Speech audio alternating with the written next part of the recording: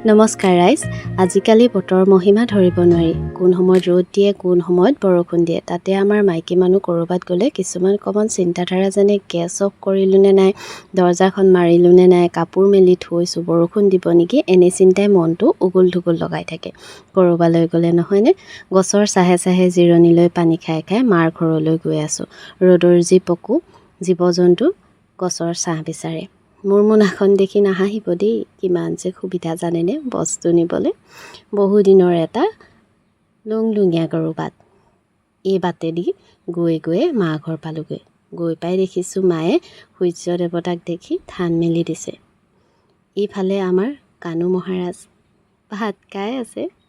মাৰ ঘৰত এক কাঁহী ভাত খাই আহি ঘৰত আকৌ কঁঠাল গুটি খৰিচাৰ লোভত থাকিবই নোৱাৰিলোঁ, আৰু সেইবাবে পূৰা জলকীয়া দি কঁঠাল গুটি খৰিচাৰ পিটিকা বনাই ঘৰতো এক থাল মাৰি দিছোঁ। আপোনালোকে আকৌ ৰাক্ষস বুলি নাহাঁহিব।